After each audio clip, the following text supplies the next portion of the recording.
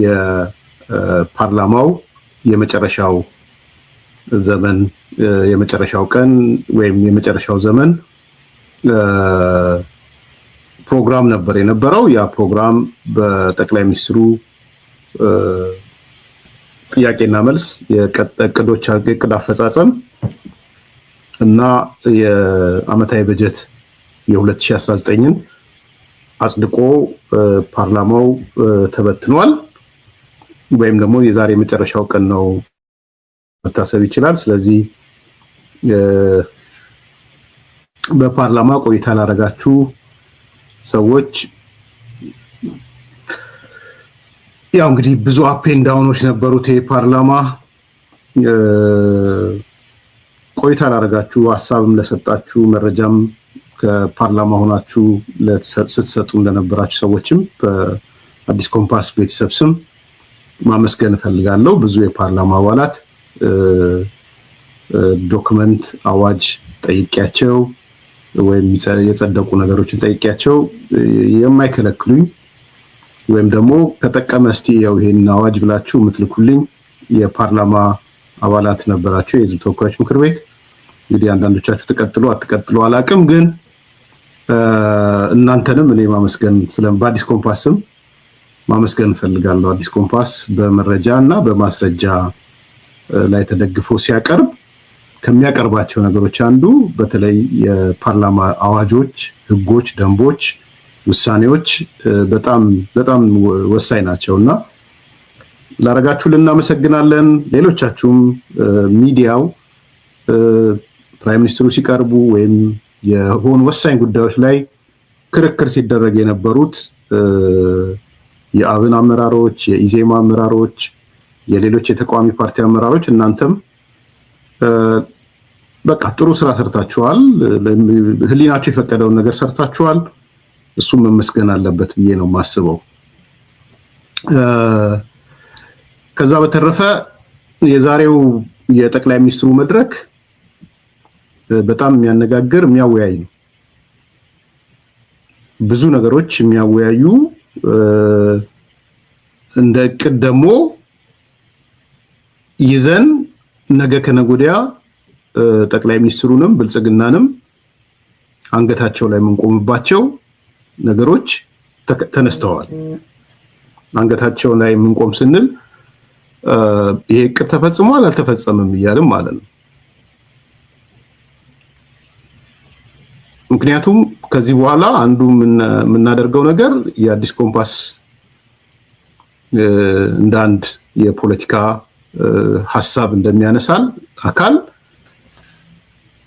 የመንግስት እቅዶች በእቅድ ብቻ እንዳይቀሩ ሲፈጸሙ ተፈጽመዋል፣ ችግር ሲያጋጥማቸው ደግሞ ለምን ችግር አጋጥማቸው ብለን የምንሞግትበት እቅዳቸውን ነው የምንጠይቃቸው።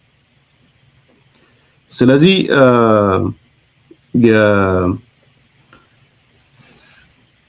ትልልቅ የመንግስት እቅዶች መሟገቻ እቅዶች ሰምተናል። ለምሳሌ ለኔ እንደ ትልቅ የምወስደው በዚህ 5 ዓመት 1.5 ሚሊዮን ቤቶችን የመገንባት እቅድ ይዘናል ብለዋል። ለኔ ትልቅ እቅድ ነው። 1.5 ሚሊዮን መኖሪያ ቤቶች በግልም በመንግስት በግልም በተለያየ መንገድም የሚገነባ ከሆነ በደንብ አስተውሉ ምን ያህል ሰው የቤት መኖሪያ ቤት ባለቤት እንደሚሆን ማለት ነው። ይሄ ደግሞ በተለይ ገልበጥ አድርገን ወደ አዲስ አበባ ስንገለብጠው ትልቁ ዲማንድ ዶክተር ደሳለኝ ጫኔ እናነሳው ትልቁ ዲማንድ ያለው አዲስ አበባ ነው። ትልቁ ባለፈው በቅርብ ጊዜ በቀረበ ጥናት አንዳንድ የአዲስ አበባ ነዋሪዎች እስከ 80% ወይም እስከ 70 እስከ 50% የወራይ ደሞዛቸውን ለቤት ኪራይ ነው የሚያውሉት። ይሄ በጣም የሚያስደነግጥ ነው። ከምሬ ነው። በፍጥነት መፈታት ያለበት የቤት ችግር ነው። ስለዚህ ዛሬ ከሰማናቸው ለኔ አንዱ ትልቁ ነገር እንደ አዲስ አበባ ሰው ብቻ ሳይሆን እንደ ኢትዮጵያም ብልጽግና እና ጠቅላይ ሚኒስትሩ ቃል የገቡት እቅዳቸው ላይ ያስቀመጡት 1.5 ሚሊዮን ቤቶችን መገንባት ነው። ተስፋ አደርጋለሁ ቢያንስ 200 ሺዎቹ ወይ 300 ሺዎቹ አዲስ አበባ ላይ እንደሚሆኑ ዲማንድ ስላለ በ5 ዓመት ውስጥ አዲስ አበባ ላይ እስከ 300 ሺህ ቤቶች ከተገነቡ በተወሰነ መጠን ማርኬቱ ዲማንድ ኤንድ ሳፕላዩ ባላንስ ያደርጋል ብዬ አምናለሁ። 300 ሺህ ቤት አካባቢ ቢያንስ የአዲስ አበባ አስተዳደርን እቅድ አላየው መስማት ፈልጋለሁ የነ አዳነችን የከንቲባዋንም ግን በትንሹ በተለይ አዲስ አበባ ከተማዋ ላይ እስከ 300 ሺህ እስከ 250 ሺህ ቤት በ5 ዓመት ውስጥ መገንባት መቻል አለበት እና ይሄ እንዲህ አይነት እቅዶችን እንዲህ አይነት ፍላጎቶችን የሰማንበት ነው። ቴክኖሎጂ እንደሚጠቀሙ ዘመናዊ ቴክኖሎጂዎች ለዛ ነው ጄሉ ቴክኖሎጂ እንደሚመጣ በጣለት እንደ ድሮ አንድ መኖሪያ ቤት 1 ዓመት 2 ዓመት የሚፈጅ አይነት ነገር ሳይሆን በ3 ወር በ6 ወር በ3 ወር የሚያጠናቅቋቸው ቤቶች እንዳሉም እየሰማን ነው።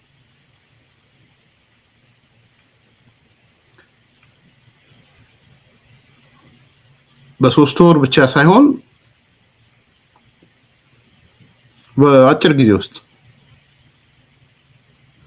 የሚጠናቀቁ ቤቶች እየሰማን ነው እና የ3D ምናምን የተባለው ማለት ነው። ሁለተኛ እንዴት እንደሚሆን አላውቅም ግን ሞርጌጅ እንደሚጀመርም ሰምተናል።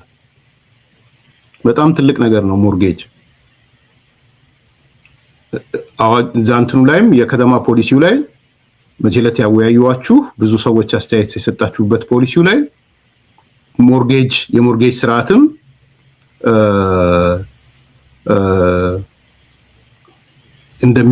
እንደሚተገበር ተነስቷል። የምሬን ነው የምላችሁ እዚህ አሜሪካን ሀገር የምንኖር ሰዎች ምናልባት 90% ስለ ኢትዮጵያውያን ባወራ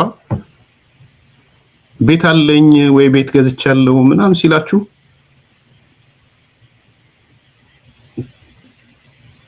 እርግጠኛ ባልሆን እንኳን 80% የዛ ቤት ዋጋ የባንክ ገንዘብ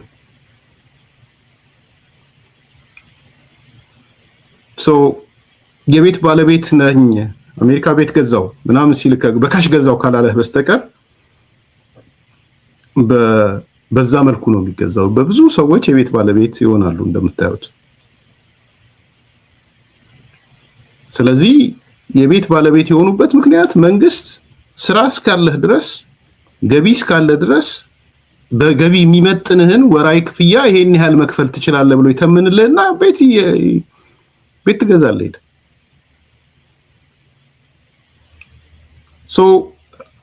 ከዚህ ከፖለቲካ ፍጥጫው ባሻገር ሲሪየስ የሆኑ ነገሮች ላይ መነጋገር ስላለብን ነው ይሄን ማነሳው። ነገ ከነገ ወዲያ ተገነባው ብለን መንግስትን ማንቁርቱን ለመያዝ ማለት ነው።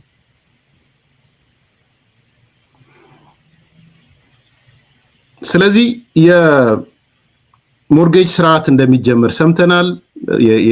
የአሜሪካ የተለያዩ ሀገሮች የሌላ ሀገር አላቅም በርግጥ የሌሎች ሀገር ኤክስፒሪየንስን ጨምሮ በተለይ የአሜሪካንን ጨምሮ ቢሰራ ጥሩ ነው። አቤ እንኳን ደህና መጣ። እዚህ ሀገር 30 ዓመት ነው ሞርጌጅ የሚሰጧችሁ። 30 ዓመት አለ በአብዛኛው የ30 ዓመት ነው ባንኮቹ። ስለዚህ የሆነ ሰው ደሞዙ $6000 ከባለቤቱ ከልጆቹ ወይ ምናምን ደማምሮ 10 ወይ 7000 ወይ $8000 ቢኖረው ቤት ይኖረዋል። እዚህ ሀገር የቤት ባለቤት ይሆናል። አንዳንድ ቦታ እንደውም ዳውን ፔመንቱ ከ10% ዳውን ፔመንት የሚባለው የቤት ዋጋ 10% ማስያዝ ከተቻለ ማለት ነው። አንዳንዱ ጋር ደግሞ ገቢያችሁን አይተው መንግስት ራሱ ዜሮ ዳውን ፔመንት የሚያደርጉበት ጊዜ አለ።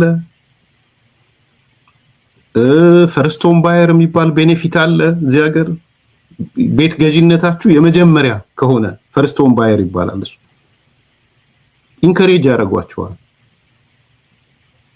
የመጀመሪያ ቤት ሰዎች እንደ ኔሴሲቲ ቆጥረው ሊኖሩበት ነው የሚገዙት ብለው ስለሚታሰብ ፈርስት ሆም ባየር ቤኔፊት ይባላል።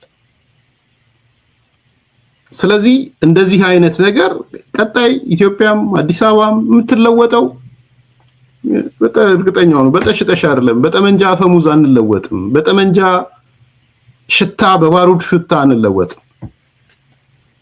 ስለዚህ እኛ በሚቀጥለው ጊዜ መንግስትን ማንቁርቱን የምንይዘው ደግሞ አለው እንዲህ ብለህ አቅደሃል። ያቀድከው እቅድ 1.5 ሚሊዮን ቤቶች እገነባለሁ ብለሃል። ቀላል እቅድ እንዳይመስል በጣም ትልቅ ሂውጅ እቅድ ነው። በነገራችን ያ ማለት በነፍስ ወከፍ ለኤርትራውያን አንዳንድ ቤት መስጠት ማለት ነው። በነፍስ ወከፍ ለህፃን ገና ዛሬ ለተወለደ ኤርትራዊም አንድ ቤት መስጠት ያህል ማለት ነው ትርጉሙ።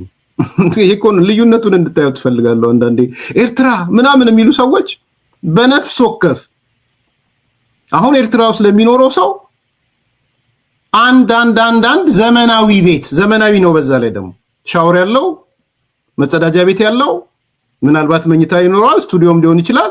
ግን ዘመናዊ ቤት አንድ ዘመናዊ ቤት ለኤርትራውያን በነፍስ ወከፍ መስጠት ማለት ነው። 25 ዓመት እቅድ ነው።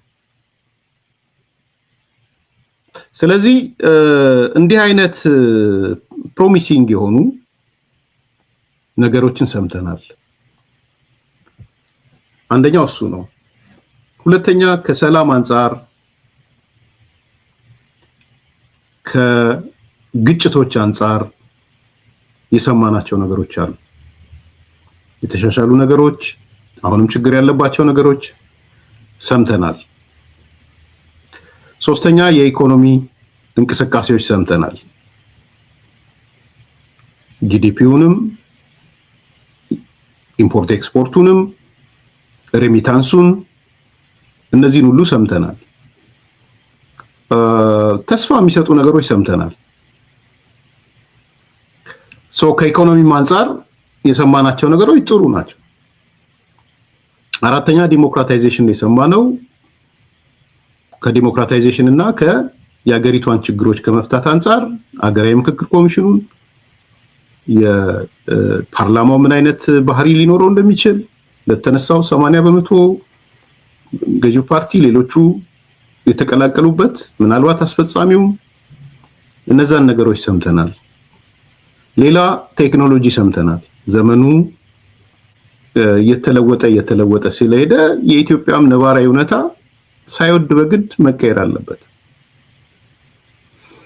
አንዳንድ ሰዎች ጠቅላይ ሚኒስትሩ ቃላቸውን አጠፉ፣ ዜና ሰርተው አይቻለሁ። ቃላቸውን አጠፉ ይልና በእኔ ስልጣን ዘመን ዩኒቨርሲቲ አልገነባም ብለው ነበረ። አሁን ደግሞ አንድ ዩኒቨርሲቲ ገነባለሁ አሉ። ገና ብዙ የሚለዋወጥ ነገር ነው። ይሄ ቃል የማጠፍ ጉዳይ አይደለም እንዴ? እና አይገባ የኤአይ ዩኒቨርሲቲ አይገባ። ዩኒቨርሲቲዎቹ ዩኒቨርሲቲ ይሁኑ። አንዳንዶቹ ተገንብተው ባዶ ህንፃ ናቸው። ስለዚህ በእርግጥስ ያለን ዩኒቨርሲቲ እናርግ። ሁለተኛ ደግሞ የትምህርት ስርዓታችን ከታች ወደ ላይ ሂድ እንጂ ከላይ ወደ ታች አይሂድ። ፎከሳችንን መዋለ ህጻናት አድርገን ከዛ የሚያድግ ሰው ሲመጣ እያደገ ይሄዳል። ዩዥዋሊ የትምህርት ባህሪ ኤዱኬሽን የተማራችሁ ሰዎች ፔዳጎጂ ዩዥዋሊ የአብርሃም ማስሎ አይነት ትሪያንጉላር ሼፕ ነው ያለው። ብዙ ሰው መዋለ ህጻናት መማር አለበት፣ አንደኛ ደረጃ ይማራል እያለ ወደ ላይ የሚወጡት ጥቂት ናቸው። ኢትስ ላይክ የአብርሃም ማስሎ ፒራሚድ ነው። እሱም ሆኖ ግን ከዘመኑ ጋር የሚሄድ ነገር ካገኘህ እንደ ኤአይ አይነት ዩኒቨርሲቲ ቃል የማጠፍ ጉዳይ አይደለም። እንደውም እኔ በጣም በቃ እየጠበቅኩት ያለሁት ትልቅ ዩኒቨርሲቲ ቢኖር እሱን ዩኒቨርሲቲ ነው። ስለዚህ የምናቆሽሸውን ነገር በአግባቡ እናቆሽሸው። አንዳንዴ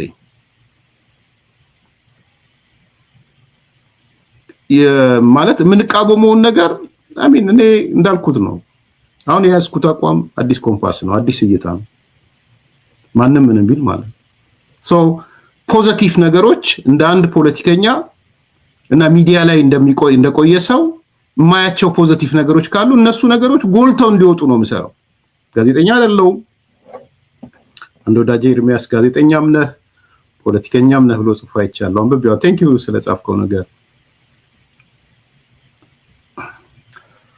ወደዛ ልግባ ወይ ነገ መጣ ወይ ነገ መልስ ምን አዲስ የሆነ ከሚዲያ ጋር ተያይዞ የምናነሳው ነገር ስላለ ወይ ነገ መጣለው ዝርዝር ለምንድነው እኔ ጋዜጠኛ አይደለሁም ፖለቲከኛ ነኝ የምልበት ምክንያት ወይም የፖለቲካ አቋሜን ነው ማስተናግደው የምልበት ምክንያት መልሳለሁ ነገ ወይም ከሚዲያ ጋር የተያያዘ አዲስ ነገሮች እየሰማን ስለሆነ ከመገናኛ ብዙሃንም ጥሩ ነገሮች እየወጡ ሰምቻለሁ ኃላፊዎቹንም ጠይቃቸውና አንዳንድ ከዚህ በተለይ ከሶሻል ሚዲያው ጋር ተያይዞ እንዴት ነው ኮንትሮል ሳይሆን እንዴት ነው ጤናማ ኤንቫይሮንመንት ውስጥ ሶሻል ሚዲያው ማህበራዊ ሚዲያው መስራት ያለበት ወደ ህግ ወደ ማውጣት ምናምን እንቅስቃሴዎች እንዳሉ ሰምቻለሁ ሶ ትልቅ ነገር ነው እዛ ላይ እመጣለሁ ምንድነው ጋዜጠኛ ሲባል ማን ነው አክቲቪስት ማን ነው የፖለቲካ አስተያየት የሚሰጥ ማን ነው ምን ማለት ነው በሰጠው አስተያየት ኃላፊነት ይወስዳል አይወስድም ዝም ብሎ በመደዴ መጥቶ ሐሳብ እየሰጠ መሄድ ይችላል ወይ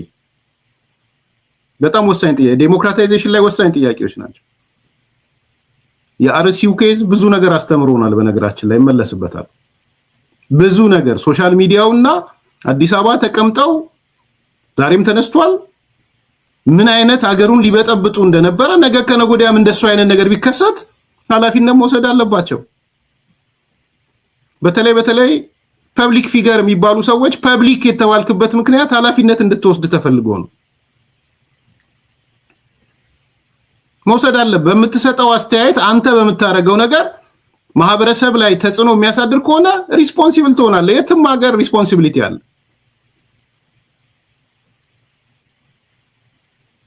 ባፈተተህ የፈለገን ነገር ማድረግ መናገር አትችልም የት ነው የሚቻለው አይቻልም እዚህ ስለዚህ ያላየኸውን ያልሰማኸውን እንግዲህ ዛሬ በኋላ መጣለው ብዬ ነው ዛሬ የሞተው ሰው አርሲ ላይ 11 ሰው ነው ከ11ዱ 8ቱ የጸጥታ ኃላፊዎች ናቸው ሚሊሻ አድማ ብተና ምናምን ነው የሞተው 8 ከነሱም ውስጥ ክርስቲያንም ሙስሊምም አለ ዛሬ ጠቅላይ ሚኒስትሩ ስለተናገሩት አይደለም እኛም አጣርተን መተን ተናግረናል የሰላም ሚኒስትር አጣርቶ ተናግሯል ወዘተ ምን ብለ ነው ግን ሲሰብክ የነበረው ሰው ለሰበከው ነገር ለተናገርከው ነገር ኃላፊነት ትወስዳለህ ማለት ነበርኩ ይዛ ቦታ አይተሃል ወይ ኦርቶዶክሱ ተጨፈጨፈ ምናምን አለ ብለ ስትል ስንት ተጨፍጭፎ ምን ሆኖ የታይተ አንድ ሰው መሞት የለበትም በርግጥ ስለዚህ ኃላፊነት መውሰድ ያለባቸው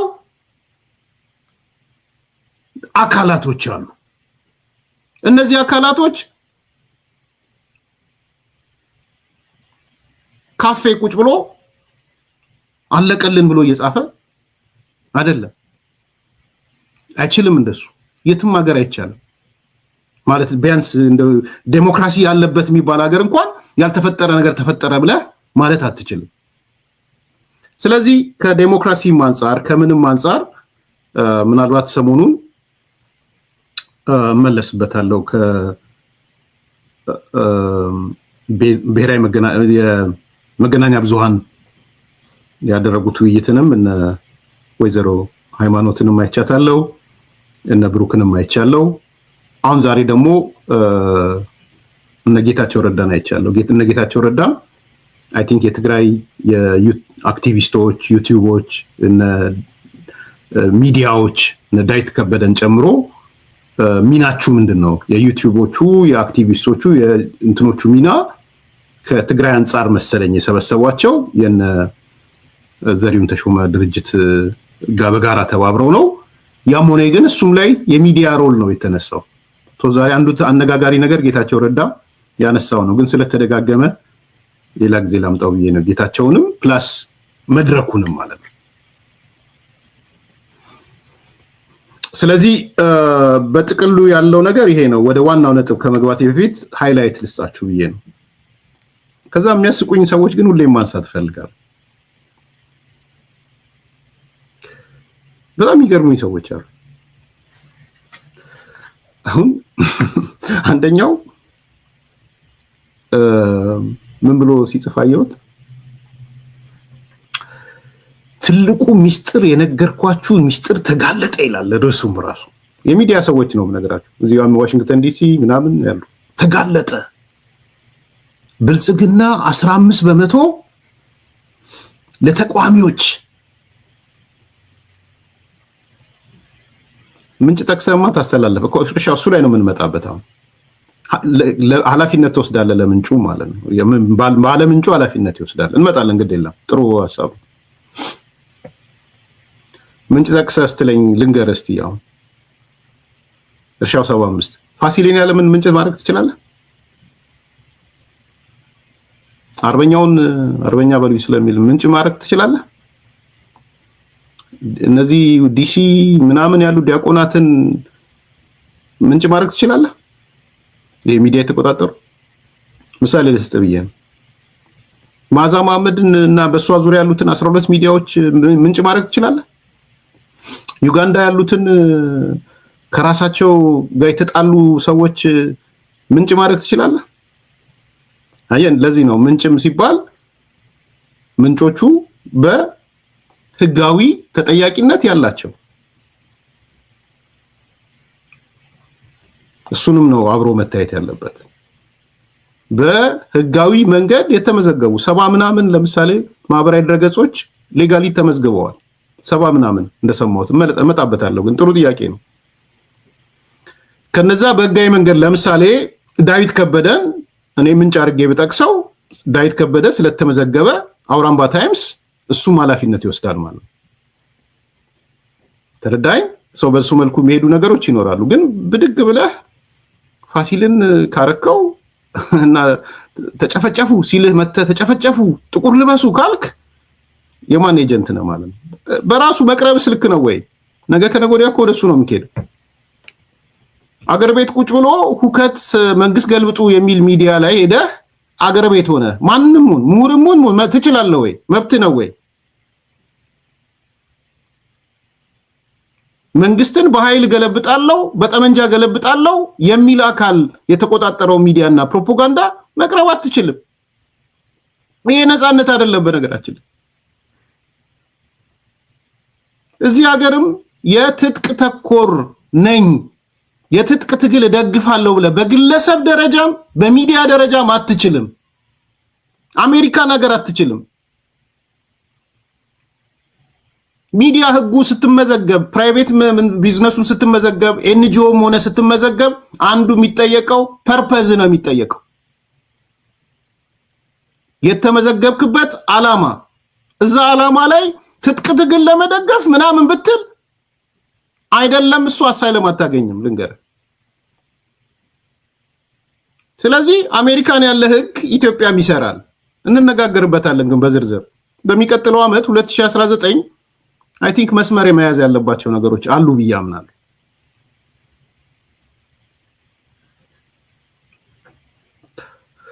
በዛ ደረጃ እንድታዩት። ወደ ነጥቤ ልምጣ እና አንዳንዶቹ አሁን የጠቀስኳቸው ሰዎች አንዱ ምን ይላል የጻፈው የሚመች ቦታ ስላልሆንኩኝ የጠቅላይ ሚኒስትሩን የፓርላማ ውሎ አልሰማሁትም። ነገር ግን አንድ ቪዲዮ ሲሰራጭ ተመለከትኩ። እዛ ቪዲዮ ላይ ህወሓት ሻቢያና ሱዳን ምናምን ተቀናይቶ ሊመጡብኝ ነው ይላል። ከዛ አስተያየት ይሰጣል። በዚህ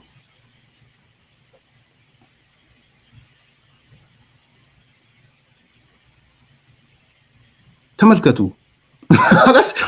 ይሄ ሰው በየቀኑ ሚዲያ ላይ የሚመጣ ከሰኞ እስከ ሰኞ ሚዲያ ላይ ያለ ሰው ነው።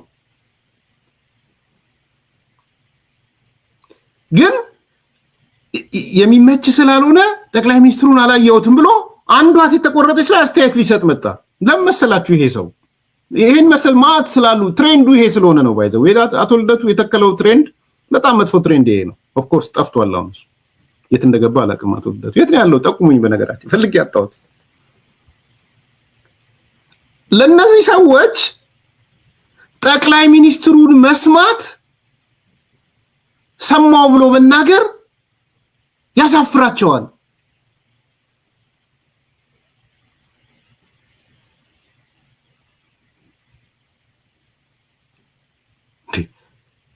የሀገር እኮ ጠቅላይ ሚኒስትር የሀገር መሪ ነው። አሁን ደግሞ በትሪሊዮን ብሮች የሚያሽከረክር መሪ ነው። በትሪሊዮን ኢስ ኖት ላይክ ኢሳያስ አይደለም። ትላልቅ የሀገር ፕሮጀክቶች አገር የምትመራበት ተወደደም ተጠላም የቀጣዩ ኢትዮጵያ የብልጽግና ኢትዮጵያ የምትሆንበት ነገር እየመጣ ነው። የብልጽግናው የጠቅላይ ሚኒስትሩን ጨምሮ ማለት የነሱ ህልሞች አውርተን የለ ስለ ታሪክ ትላንትና ተቆጣጠረ ዛሬን የተቆጣጠረ ሚል 1984ን አንስተናል። ይሄ እውነት ነው።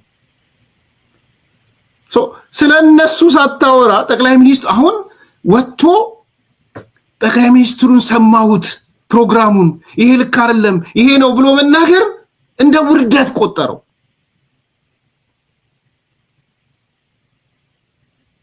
ተመሳሳይ ደግሞ ሌላኛው እዚህ ዲሲ ደግሞ ያለው ቨርጂኒያ አልነገርኳችሁም ሚስጥረኞቼ ነግረውኝ ብልጽግና 15% ሜዳውን ይለቅና ለተቃዋሚዎች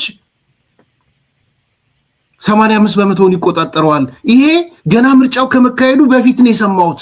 ይሄው ዛሬ ወጥቶ ጠቅላይ ሚኒስትሩ ሚስጥር አይደብቅም ማዋረድ ስራው ነው አዋረዳቸው። እኔ በሚስጥር የነገርኳችሁናል።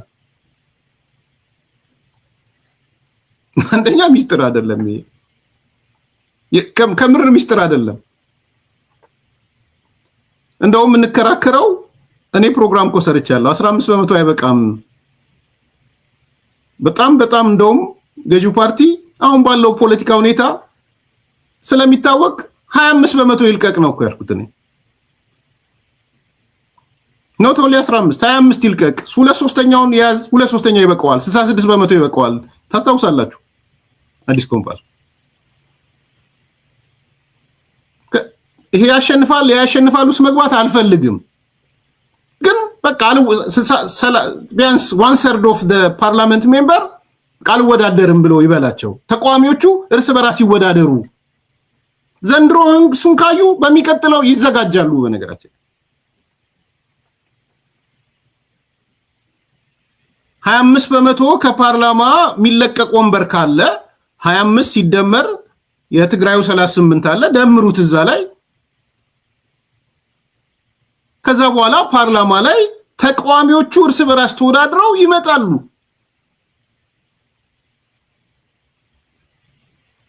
ይልቁንስ መጠየቅ ያለበት ይሄ ሰው ኢዜማና ኢሃፓ ተወዳድረው ለምን ኢዜማን ህዝቡ መረጠ ለምን ኢሃፓን ጣለው? ይልቁንስ እሱን መልስ። በርግጥ ኢሃፓ መግባት የለበትም ስላልክ ላንተ ላይሆን ይችላል። ለኢሃፓ ሰዎች ግን የምጠይቃችሁ ይሄንን ነው። ከኢዜማ ጋር ተወዳድራችሁ ገዢው ፓርቲ ያልወዳደርም ብሎ እናንተ ለቆ ወጥቶ ጥሏችሁ እናንተ ተወዳድራችሁ ለምንድን ነው ማሸነፍ ያቃታችሁ?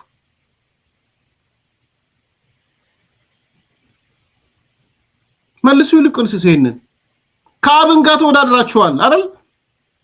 ለምንድን ነው ከአብን ጋር ተወዳድራችሁ ማለፍ ያቃታችሁ? ቢኮዝ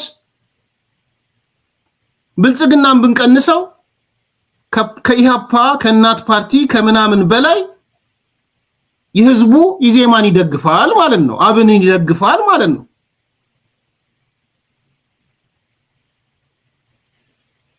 የቱ ጋር ነው ሚስጥር የሆነው? ይሄ አደባባይ ንግግር አይደል እንዴ? መተውኮ ጠይቄያቸዋለሁ እኮ ኢት ፖዚቲቭ ኦር ኔጌቲቭ እኛ ምን ብልጽግና ኢዜማዎች እኮ እኔ ጋር መተውኮ የኢዜማ ጠይቄያቸዋለሁ።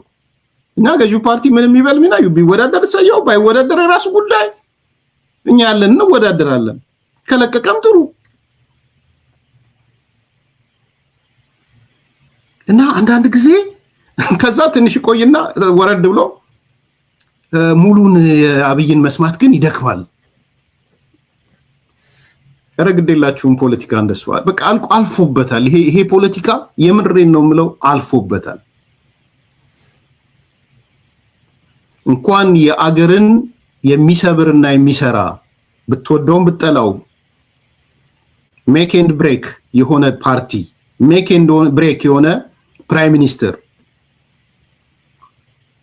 ባለመስማትህ ያንተ ድንቁርናህን ነው እንጂ ያሳየኸው ጉብዝናህን አላሳየህም። በነገራችን ላይ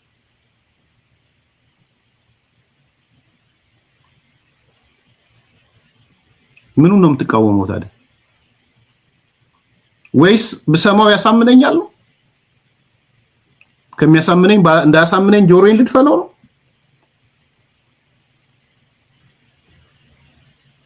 በይዘት ደረጃ መተህ ለምሳሌ እኔ እንዳልኳችሁ ነው። ቁጥር 1 ብትሉኝ 1.5 ሚሊዮን መኖሪያ ቤቶች የሚለው ቁጥር 1 ወስደዋል። ለኔ ነው የምላችሁ። እንዳንድ የአዲስ አበባ ሰው የአዲስ አበባ ማንነት እንዳለው ሰው ቀን 1.5 ከዛ 1.5 አዲስ አበባ ስንት ድርሻ ይኖራታል? 300 ሺህ ቢገነባላት በ5 ዓመት 250 ሺህ ቢገነባ ምን ያህል ይቀርፋል? ዲማንድ እና ሳፕላይ እንዴት ያስተካክለዋል? ሰዎች ደሞዛቸውን 80% ለቤት ኪራይ የሚከፍሉ ከሆነ ዝቅ ብሎ 60%፣ 50% የሚከፍሉበት ሁኔታ ይመጣል ወይ? እውነትስ ብልጽግና ቃሉን ያጥፋል ወይስ ይተገብራል? ለኔ የሚጨንቀኝ እሱ። ከፈለክ መተህ አይችልም 1.5 ሚሊዮን የመገንባት አቅም የለውም። ወይም ደግሞ እንደ አዲሱ ድመት መተህ እስከ መስከረም አይቆይም ማለት ጀምሯል። አዲሱ ድመት አሁን የሻቢያው ያልቆለታል ስርዓት በል መጣናና እንጂ ባልሰማሁም ሽፋን የምትፈልገውን ጎትታ አታምጣው። ኤንድ ሚዲያ ደግሞ እንደሱ አይደለም። የፈለገ የትግል ሚዲያ ነኝ በል የምትታገለውን ነገር ጠንቅቀ ማወቅ አለብህ። ጆሮውን ደፍነህ አይደለም እታገለዋለሁ የምትለው። ስለምን እንደምትታገለው ስለምን ተወራ? የሀገሪቷ ኢኮኖሚ ወዴት ነው የሚሄደው? የሀገሪቷ ህገ መንግስት ለውጥ ወዴት ነው የሚሄደው? ሀገራዊ ምክክር ወዴት ነው የሚሄደው? እነዚህን ሁሉ ካላዳመጥክ ያንተ ደግሞ አማራጭ ሐሳብ ምንድን ነው? ገረዘስከው፣ ጣልከው። what is your alternative? ለኦዲየንሶች መተህ ሚዲያ ላይ ቁጭ ብለህ እኔ እንኳን አልሰማሁትም ስትል ምን አያሳፍርም እንዴ? አይደለም ማነው የሆነ ስም መጥራት አልፈልግም አይደለም። ስለዚህ እኔ ከዚህ አይነት ፖለቲካ ውጡ። እውነቴን ቢያንስ 2019 ላይ ውጡ። በጣም ካልበሰለ እና ይሄ ሞገዱን አስኬደዋለሁ ከምትሉት ሞቡን እመራበታለሁ ከምትሉት ብትወጡ ጥሩ ይመስለኛል።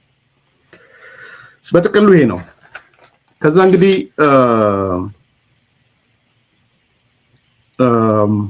አንዳንድ ሀሳቦች የተወሰነ ባነሳቸው ደስ የሚለኝ ሀሳቦች አሉ። አንድ ሁለት ነገሮች ላይ ፎከስ አደርጋለሁ።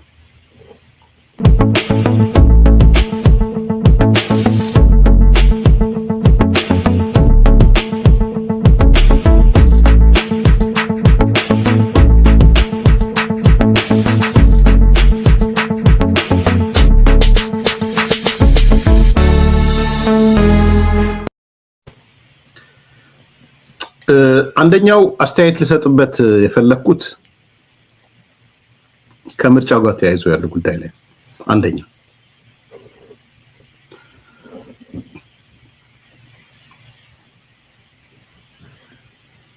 የ2018ቱ የሰባተኛው ሀገር አቀፍ ምርጫ በፓርላማው ትኩረት ከተደረገበት ነገር አንዱ ስለሆነ የተወሰነ አስተያየት ሰጣችኋለሁ።